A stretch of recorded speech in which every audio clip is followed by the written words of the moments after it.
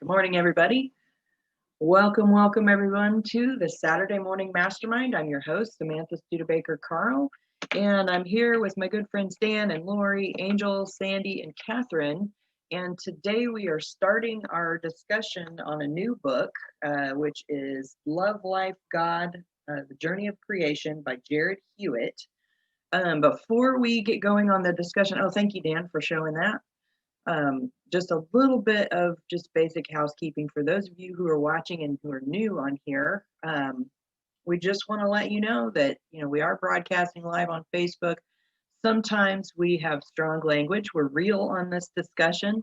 We just want to make sure you know that. Sometimes there's cuss words. Just if you're easily offended by that, you probably don't want to watch this. we might say something that offends you, and we don't want to, Anyway. Also, this is a discussion where we'll be talking about spiritual and religious beliefs, and we share our own opinions. We all respect each other, and we believe that all beliefs have value, and we speak accordingly. So, okay. So before we get going, I want to give everybody an opportunity to jump out, introduce yourselves, and then we can get this discussion going. Everybody take a chance there. I'll go first. I'm Angel Studebaker, down here in South Carolina. Dan Sisik in Las Vegas, where it's freezing cold now because we just got a freezing cold front come through. There's Sandy Root in not sunny Miami Beach. It looks like we might be getting a tropical storm this weekend. So it's windy and cloudy, but it's nice to put long sleeves on for once. I'm Lori Emmons in Denver, expecting a storm this weekend. Anyway, if those are long sleeves, Sandy, I'm in trouble.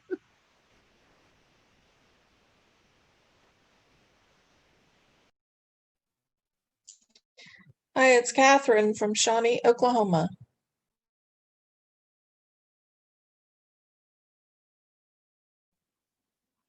Awesome. Welcome, everybody. Glad to have you on today.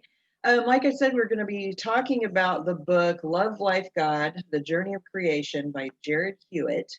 And I'll just kind of read a little excerpt from what I found on Amazon to just kind of say what the book is about in case you have no idea.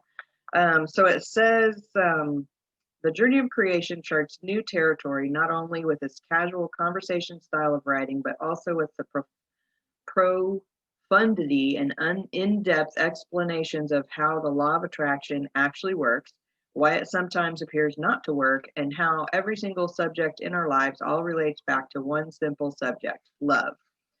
No subject is off limits in this exploration of thoughts, energy, and the science that brings them together. Constant as the ever-present moment of now is our source self, and love, life, God, is a tome to that the concept. Understanding how to reach and operate from that center are the keys to uniting and healing not just a fractured culture, but a fractured self. By tapping into who we really are, we begin to see in life-altering ways that through our own actions, inactions, thoughts, beliefs, etc., just how our world and our perspective of that world has come into being. This book also shows in clear and irrevocable ways how to change that world through changing the self. Love, Life, God is a powerful journey into the heart of conscious creation and physical manifestation that you won't be able to put down. So that's what we're going to be talking about. And in the beginning of this book, in the preface, Jarrad kind of talks about how he came to write this book, and how, let's see, he was saying that he was in a Barnes and Noble, and all of a sudden just audibly heard, "You will write," and so he was like, "Oh, okay, I will." And he said that he heard this before, but it was just thoughts in his head previous to this, but this was more of like somebody was speaking in his ears. And but he was saying that he had experienced dreams that, he said that he had a breakthrough that was a long time in coming. And from childhood, he experienced dreams that would ultimately come to pass. From time to time, I also saw and was very scared of non-physical beings and spirits. And as a matter of fact, I ignored the aspect of who I was almost to my 20s. But as I opened to the idea that everything was energy, the fears began to subside, and the answers to questions I'd been asking began to come. As I learned to communicate with and direct my own energy or balance certain beliefs and fears that kept me in certain patterns of sickness, lack, and limitation, more and more strange and miraculous things began to happen, one of which was the awareness and ability to communicate with those who had physically passed on from this plane. And then he goes on to kind of describe some of the people that had already passed on that he was seeing, and how he was kind of just coming to some realizations of what he was capable of by opening up to our infinite beingness. And so he basically was saying I was tapping into this infiniteness of who I am, and was also able to start communicating more with the other side. And that's how this kind of book came about. And so it's just really interesting so far. What are you guys' thoughts, just kind of on the beginning of this book and what we're about to be talking about?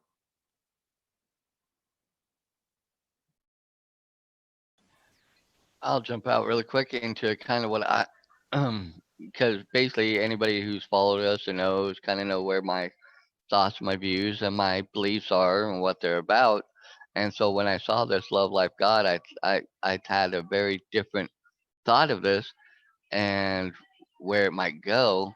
And but in reading the preface, you know, one thing kind of jumped out at me, and it was talking about let me find it again. Um,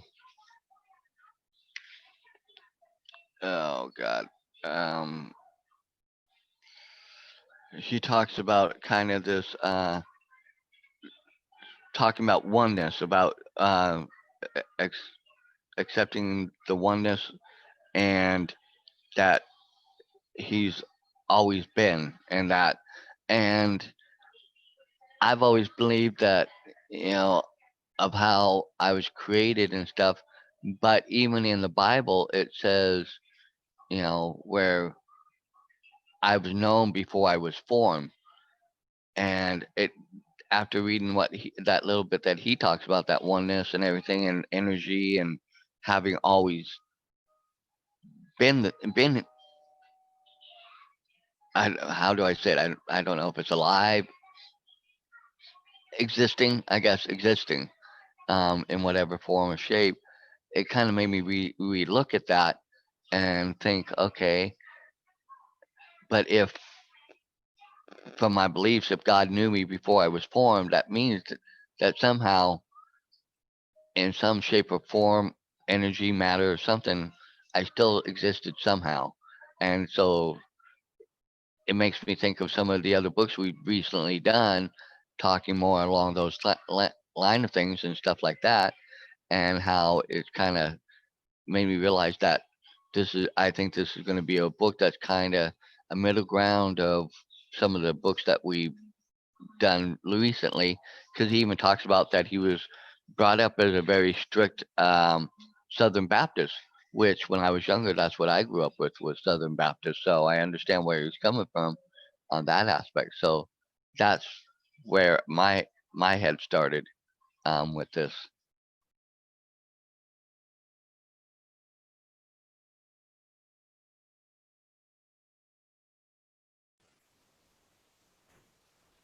I'll jump out. I hope you can hear me. I have really battled with that idea for a long time, but it's becoming more of a reality thing for me. In some ways, I want to hear a voice in my ear, but scared to death of that at the same time. And it's like, somebody please help me figure out what's going on here.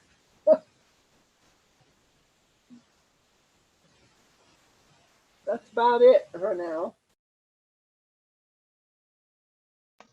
I wanted to say something.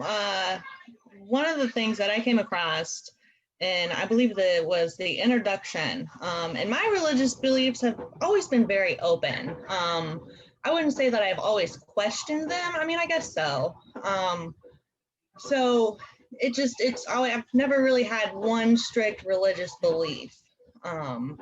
And one thing that I came across in the introduction, it says, it was kind of where he was asking, why have you come forward now?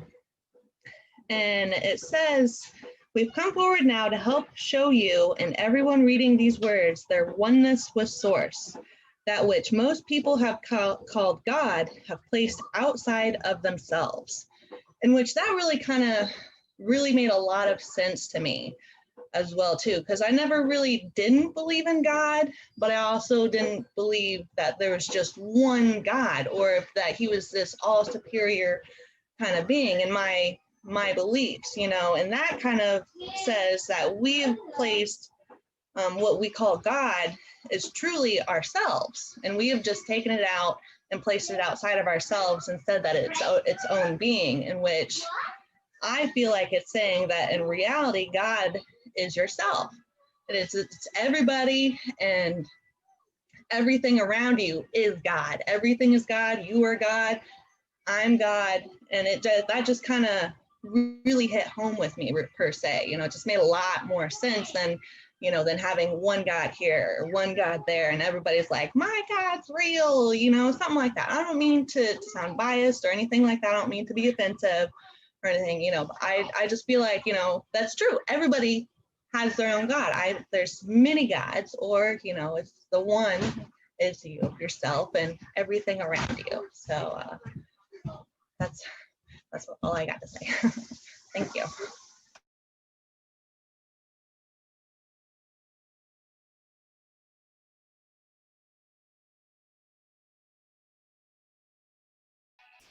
Oh, and you're welcome, Dan. I thought that's what you were looking for, but I didn't want to jump out and interrupt you. Well, no, I thank you for finding it, because that's kind of what I was getting to. I don't think I am fully like where you're at, but at least it made me think a little bit more of, you know, um, that in essence I have always been. It's just maybe my interpretation of how I've always been and how I was brought up and how I look at it. Because to me, if God is everything, and if God is in everything, about everything, and part of everything, and if I was known by God before I was even formed, then in essence I think I still existed. It just may have been, I think, along the same lines. I think how, like, maybe Samantha, Catherine, Sandy, you guys all think about energy and how we exist in that sense, and that might be, the difference in how I've looked at it. So it's making me think a little.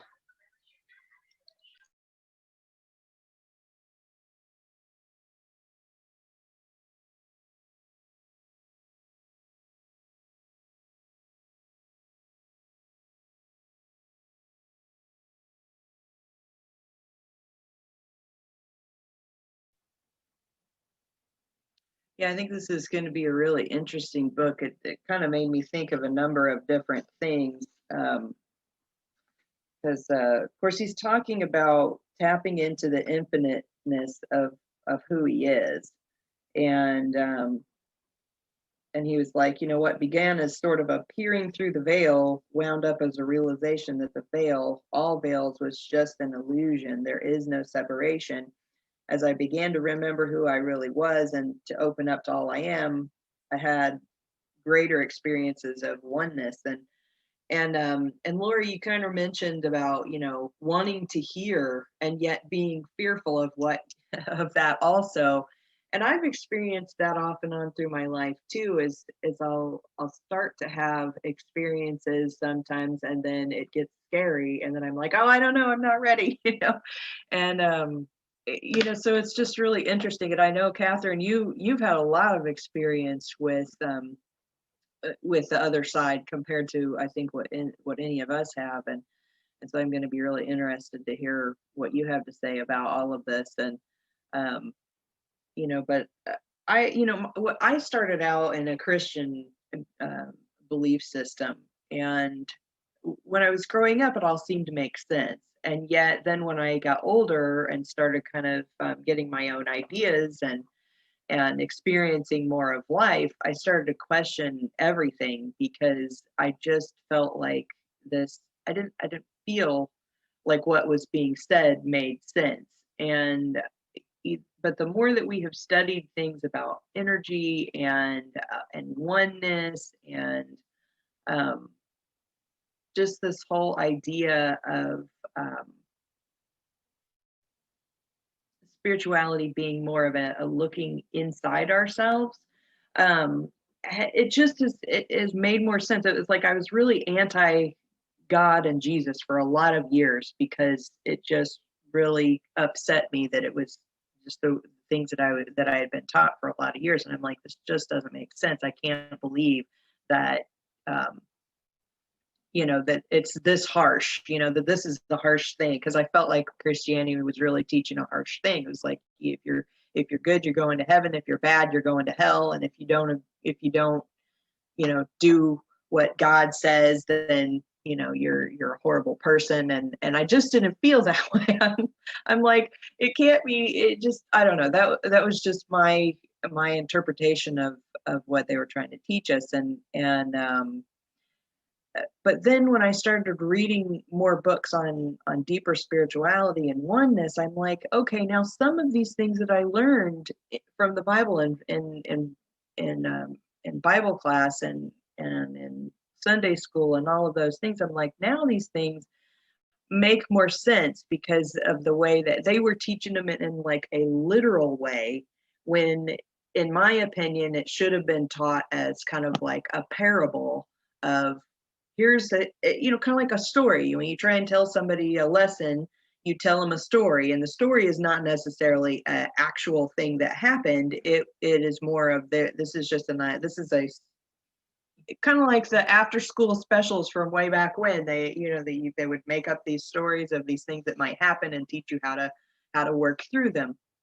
And I'm like, I think if they'd have taught us that in school, that we're not supposed to take these things literally, but we're supposed to take them as life lessons, then it would have made a whole lot more sense to me.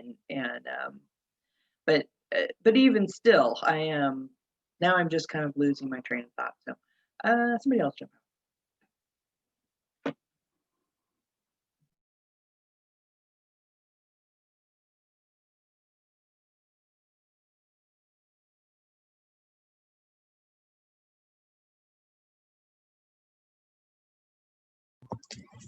I can't remember how much or if he goes into his story in this book, but Jarrad he's kind of like my twin, in that I believe, after reading his story, I believe I kind of followed the same path that he did. And he talks about all the health issues that he experienced. Like as a child, he talks about having, just multiple broken bones, sometimes, two different limbs broken at the same time. And I can literally remember having they used to use walking casts. I don't know if they still do that, but I had a walking cast on both feet, an arm in a cast, and the other arm was in a sling. And those were all 4 different accidents. And the way he explains it, he experienced something very similar, in that he just, everybody said he was clumsy or whatnot, and he just kept breaking things. But what he finally realized was that in his heart, in his soul, he felt broken. Because he felt broken, it manifested through his body. And that hit home when I heard that, when I read that from him. And I have this book both on Audible and in Kindle, although I would like to have it on hard copy. But the one thing I really appreciate about the Audible version is that as he's speaking to these guides, their voices change, male, female, change in age, and you know, how they speak and everything. And I love that part because, you know, most of us here were pretty much taught that God is, you know, this old white dude up on a cloud somewhere. And I really like that in the Audible they brought in all the different personalities as God. They kind of did that in The Shack too. That's a movie that I sort of recommend to people, because it teaches about a loving God.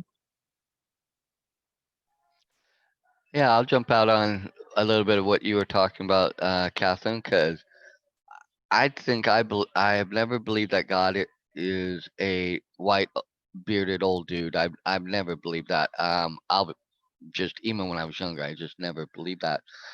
I did believe that. I think I've always believed the best way to say it is more spirit. That's how I look at it. And I actually read the book, The Shack, which was a profound book for me because it really gave me a different and I think deeper insight to how I look at um, God from my perspective, and how a lot of times I think I looked at God as, and this is just I think partly because of my upbringing and what I was raised with, that more of the male energy, and I'll say it that way. But in reading The Shack, I realized that that um, and how he's brought up, God the Father, God the Son, God the Holy Spirit. Um, but I think in that the way I looked at it was more like there's the duality of male, female, and all that all in one. So that way, in that is the connection of how we can connect with God, um, whether male or female, and how each side I think can gain aspects out of that, um, that play into whatever whether you're a man or a woman. And I think in that sense, that's where I got out of The Shack, out of that, which I want to see the movie still. I haven't done that yet, but I really enjoyed that book, and that book for me had some profound aspects for me.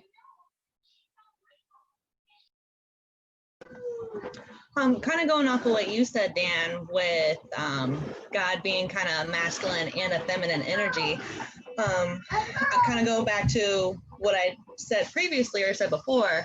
My beliefs is kind of like, God is everybody. God is everything. He's not necessarily the single person or a single masculine energy or feminine energy. He's more so in everything, in my beliefs. I think it's kind of playing off of what you said, Dan, but it's kind of like in everything. Like I have God in me, Mom has God in her, you have God in you, Dan. Everybody's got God in them. And when we connect with each other, like we are right now, and we're connecting and sharing our different ideas and beliefs and whatnot, and being so accepting, that's kind of what I might think as to be connecting with God, because you're connecting with different people. And like when you connect with animals, you have a pet or anything, that connection is a connection with God, because since God is in everything and God is in yourself, you're connecting with different people. In a sense, you're connecting with God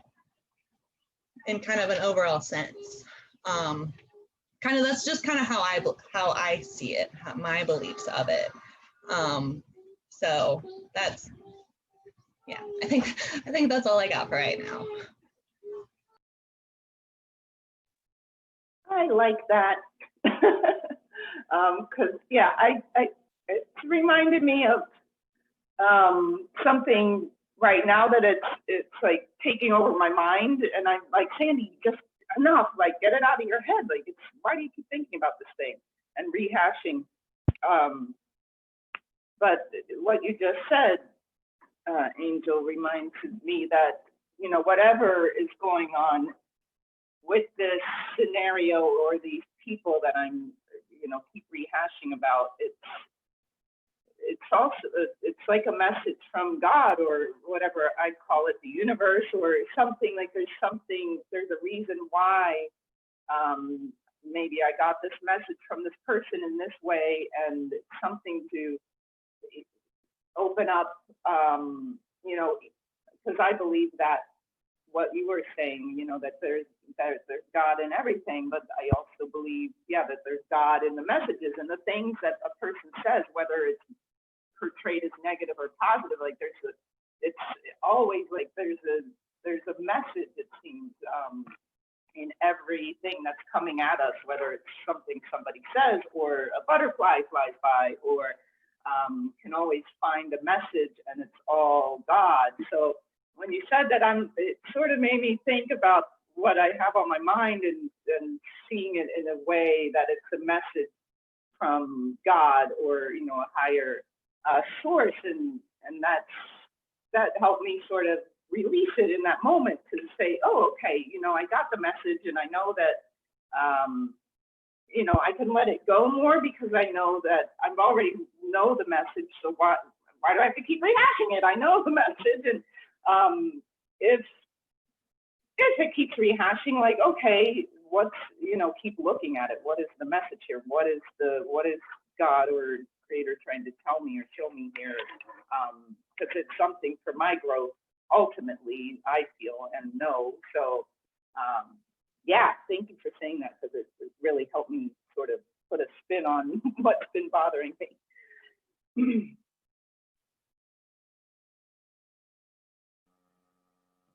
Yeah, it's so interesting how all of life works. I mean, everything that happens, and I'd been struggling for a while. We're trying to find a house and property to move into. We've been looking since like February or March, and I'm not finding anything, and it just keeps, no matter what comes up, it's never right. And I'm like, gosh, am I just being too picky or whatever, And we're just trying to force this thing to happen. And finally, I'm like, all right, well, maybe I'm just not seeing something that I need to see, or there's something else in the works that I'm just not aware of. And, which was really interesting. Angel did a tarot reading for me last week, and we kind of got into some stuff. And I started kind of just thinking on some of these messages that I was trying to communicate. And one of which was talking about like some changes and grief involved, and I can't remember what all it was. And I'm like, okay, oh wait, there's Karen or Catherine trying to jump in. But anyway, so that was kind of it. And I'm thinking, okay, my dog just passed away. It probably, was that. And so I just kind of wrote it off. And then, we're still looking and looking, and nothing's happening. And I'm like, what is it I'm just not seeing? And then my truck breaks down. And I'm like, okay, I don't know what that has to do with anything, but okay, it's broke down. And then within a day, I hear from my dad, and he's in the hospital, and it's serious, and he's going to be in the hospital for a while. And now my focus is all on him. And if we had found a house right now, when, we were wanting to find a house, everything would have been so much more stressful. If I'd been working, everything would have been so much more stressful. And instead, everything just lined up just so I can take care of my dad. And it just boggles my mind sometimes how everything works, and how things come together, and we just have to be open to it. I find it interesting that in this in the beginning here, he's talking about how there's this, this veil that he's trying to peek through, and then he just kind of realizes that it's just an illusion, that there's a veil, and there's all of this that we have going on in our physical universe, or we think that is going on, is really just, it's an illusion. And that aspect of it's like, it's hard to look at it and think, okay, we're all sitting here, we feel like, here, this is real, it's a table, and I can feel it, and I can feel myself, and I can feel when my head hurts, and I can feel when I'm hot, and, all of these things, and the breeze, and the everything. And yet at the same time, it could be, like we're in just this really elaborate virtual reality experience. And yeah, I see it, and yeah, jump out. Sorry, Spurs. I just had a thought. Like I was reading it someplace. I believe it was like towards the end of chapter 1 or something like that, and it said something like some kind of alternate reality. And the first thing that popped in my head was like The Sims, like playing a Sims game. It kind of just all kind of really made sense and clicked. It's like, oh, like I mean, it kind of is in a sense, but not really. Just there was like a reference that kind of popped in my head when he had explained it, kind of like that. So it's just like, instead of like us being actually here, we're actually up there kind of watching us do these things. And it's kind of like playing The Sims. If anybody has played The Sims before, if you know what that, I don't know. So I haven't. I think that's a generation thing for your generation, but I know what you're talking about, I believe. But yeah, and like, for Dan posted in the comments about the Matrix movie. And, we've seen a lot of different, well, I don't know about but I have seen a lot of different sci-fi type of movies and whatnot, where there's all kinds of things, like even on Star Trek, when they have the holodeck, and how real that looks and is and feels and whatever else, and how, not too long ago, I was reading reading one of the great courses on the Kindle, Amazon, Audible. That was the word I was looking for. Is Audible has all these the great courses, and some of them they're just all kinds of different topics, like that you might study in college. And one of them was what was the topic of that one? I can't remember if it was a philosophy. I think it was a philosophy one, or the nature of reality, or something along that line, quantum, blah, blah, blah. Anyway, he was talking on there of like the possibilities of what this universe might be for us, and that if there is a possibility that at some point in time in the future, we develop a program where it is an elaborate virtual reality to figure out what an outcome might be in a certain situation, or a certain, like a simulation. They have this whole world like simulation to determine outcomes. It's like, if it's possible that they could make that, and then it could be on a phone in an app, that it's a very good possibility that we are operating in that. There's like a 1 in 6 chance or something like that. It was some crazy thing that he was talking about. It's like, I'm like, I could see that. I mean, 50 years ago, no way in hell would I ever even come close to thinking that that was possible. I mean, 50 years ago, I wasn't here, but 40 years ago, we'll use, or 35 years ago, or whatever.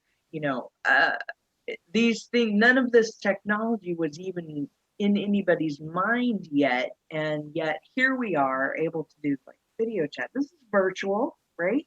And they do actually have virtual reality kind of equipment that's just in the infant stages of development. And I'm like, so it's not out of the realm of possibility to think that we're in some sort of a virtual reality session. And I think in one of the chapters, he talks about, or the God entity that's talking to him is telling him about, okay, well, think about your life like this, like it's a water slide. You're perfectly safe. you know, in your spiritual self is perfectly safe, but you're going to try out this water slide, which is life, and you're going to jump down, you're going to slide all down, and it's going to be all scary and exciting and whatever else, and then it's going to end, and you're going to be back safe in the pool again. And so just kind of, it's just interesting to think about it that way. And we've mentioned that too before. Like, if we're here, this is the vacation. We're just having a crazy experience, and then we're going to go back, and it's all going to make sense afterwards. Right now, it's just some crazy experience, life, something. But now we're kind of going off all over the place. Dan posted on here. He said, and now they have the Whitney Houston hologram tour. Think that people are going artificial intelligence with virtual reality. Yeah, I mean, the options are, I can't even imagine what the world is going to be like just 10 years from now. I mean, stuff is developing so fast right now. And we have no idea. So if it's possible, then it's probable, right? So anyway. Well, oh, go ahead, Lori.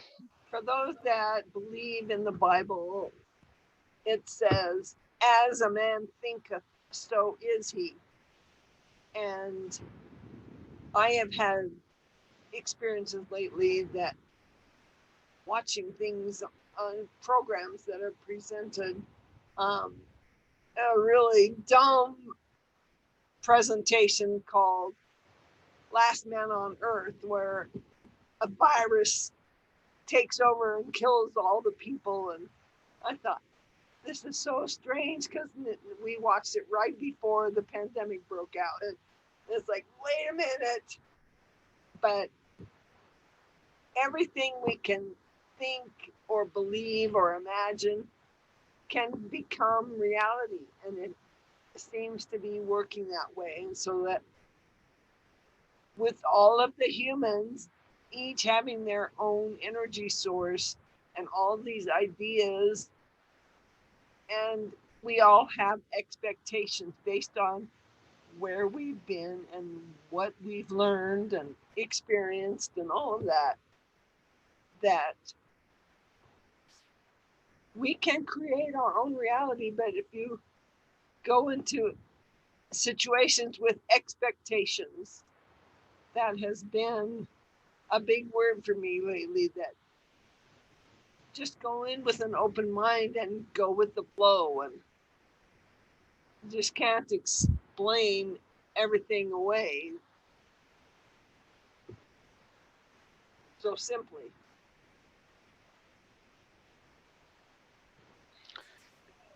I was going to jump out and say, going back to a little bit of what you were talking about, Samantha, is like, I think it's Whitney Houston. I'm not sure, but I think they have a tour now that's going around with Whitney Houston as a hologram from when, you know, they developed something like that, and people actually are going to that and, you know, experiencing that.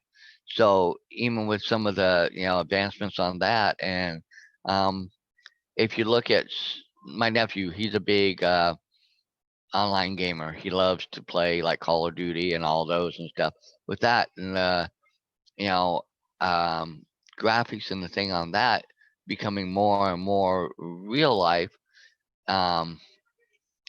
that's something that's, you know, kind of interesting and scary all at the same time, because, you know, at what point is, because like right now, you know, I pinch myself, I feel like I'm alive and that I'm real, but at what point will some of that infiltrate and take over more of our world, and how will that play out? And even, and I'm going to touch on a little bit on a controversial subject, but I think it's something that needs to be looked at, because there's a point in the Bible where it talks about men being like women and women being like men, and now we have like transgenderism and stuff and things like that, and how, you know, according to the Bible, like in the last days we won't be able to know the difference, and how, and then a lot of the, you know, ideas of what is normal and stuff, you know, going along lines of how I perceive it, or how do I say this? How I think, and I don't necessarily say it's totally true, but how there's good and bad, and how a lot of what we think is good now is becoming bad, and a lot of what was bad is now becoming good. And so some of those juxtapositions and things like that, it's interesting to see how all this kind of meshes in. And I think some of that is maybe what he kind of tries to bring out in a way to help people understand, maybe, I guess. I don't know. I haven't fully gotten into the book, but because like I said, with even some of my beliefs, you know, I'm looking at some of this and going, where where is this all going? Dan, I am so glad you brought that up. Tell me, that's something that I don't remember reading in the Bible about the not knowing the difference and the end times of that. That's really, really interesting to me. Um, if you can tell me where it is, what chapter, verse, etc., I'd be really interested in reading it, just reading that whole section. But I will have to do a little research on that because I cannot, off the top of my head, oh, tell sure, you sure, exactly where yeah, it's at, but I'll yeah. see what I can find out about that. No, that's definitely interesting, and it made me think about, there's been some people on Facebook, and I'm sure there's people all over the place, but I just happened to look at Facebook last night, and people talking about, oh, it's the end times and blah blah blah, and I giggle about that a little bit because every generation seems to think it's the freaking end times, and I'm sorry that it, but it's true, and but yet you're talking about this, we may not, like not knowing the difference between male and female, or up and down, or right and wrong, and da da da da, and the more that we are learning, and the more that we're like experiencing these like virtual this and that, the more that we are like breaking through the veil, or realizing the veil isn't real, and all of that, and that we start realizing that we are all one in one vast thing of energy, which is that's basically what this is trying to talk to us about. And it starts to break down all the barriers between each other, and between things, and between the ups and the downs, and the rights and the wrongs, and the male and the female, and all of that. And um it makes me wonder, okay, once we break down all those barriers, we're just going to be back to where we started, which is we're just going to be this energy being. Right? So maybe that's the end, is it's like we're in this virtual reality, we're all in here together, we're all figuring it all out. When we figure it out, you win the game, or that's the end times, right? Instead of like, oh, it's all doom and gloom. Well, we have lots of doom and gloom, but it really depends on your point of view and your perspective of whether or not that's doom, or whether it's gloom, or whether it's up or down. Or I thought that was just really interesting that you brought that up, and that's kind of what I was thinking of. But in here, there's a part right here at the beginning of the introduction where he talks about one of the things that he's like, you thought you had a starting point or a finite beginning, but we're here to tell you that you didn't. You've always been, and you have always been, and you have always been perfect. Life after life, you've manifested what might seem like infinite beginnings, when in fact you never began from scratch. You always were. What we are asking you to do is give up the idea of any beginning, and give up this story of you. And it makes me wonder, are more people, because we're just more open now than we've ever been in the past, are we, more of us, we're starting to realize and being able to communicate with the other side, per se, and the other side is trying to give us hints as to how to win the game. I don't know, it's just kind of a thought that was coming across. I'm like, so anyway, jump out, guys.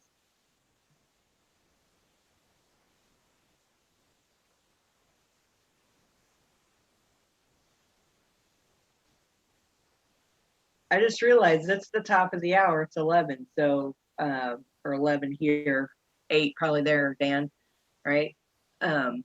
So we actually need to wrap up because we're trying to keep it in an hour, give or take. And so for everybody who is out there watching, I want to encourage you, if you found this discussion interesting, then by all means, give it a like on Facebook.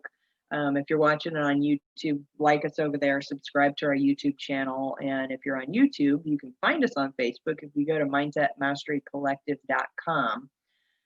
Before we go, though, I want to give everybody just a chance to kind of share some final thoughts. And then next week, we'll just continue on our discussion from here. We didn't really get too much into the introduction, so we may get introduction and first chapter. So, okay, guys, jump out, share final thoughts, and then we'll wrap up for today.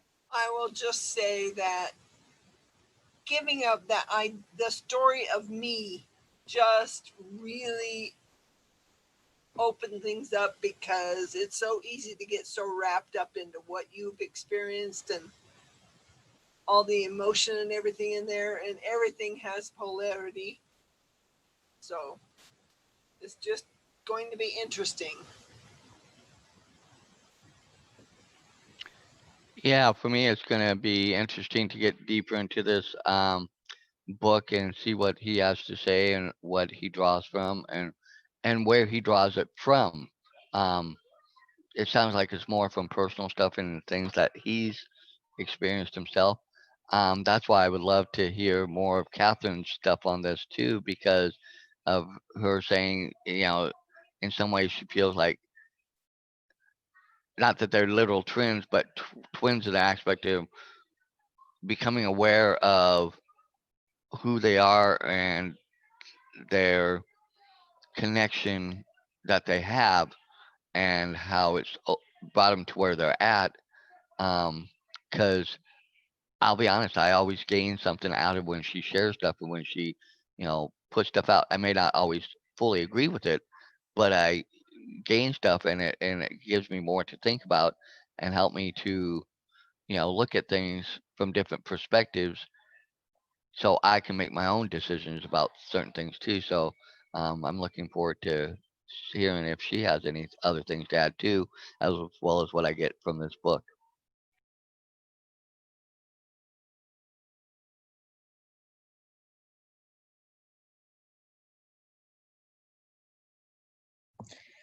I don't think he knows where it comes from either, really. It just comes.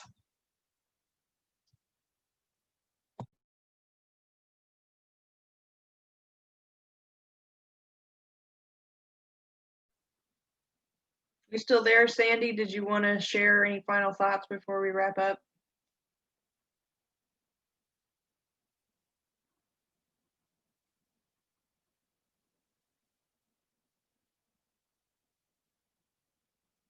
I guess maybe you stepped away from your computer. Okay, well, if you jump out while I'm talking, that's okay too. I was just going to make a suggestion, and I think we talked about this, I don't know, at some point in the past.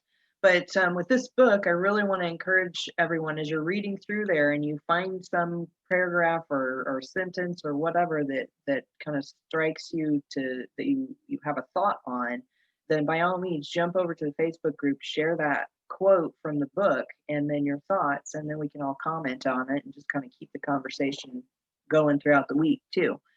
So final thoughts, Sandy, before we wrap up? Nope. Okay. All right, guys. Well, it's been an awesome chat today, and I really enjoyed it. I know everybody got a little bit of value from this. And like I said, if you are watching out there, give us a like, subscribe to our YouTube channel, comment on Facebook, and then if you want to join us, you can find the link in our Facebook group. Just go to mindsetmasterycollective.com. That URL will take you right into our Facebook group where you can ask to participate, and you'll find the links and whatnot in there too. So with that, guys, have a great, awesome, amazing week, and we will see you next time on the Saturday Morning Mastermind. Bye for now.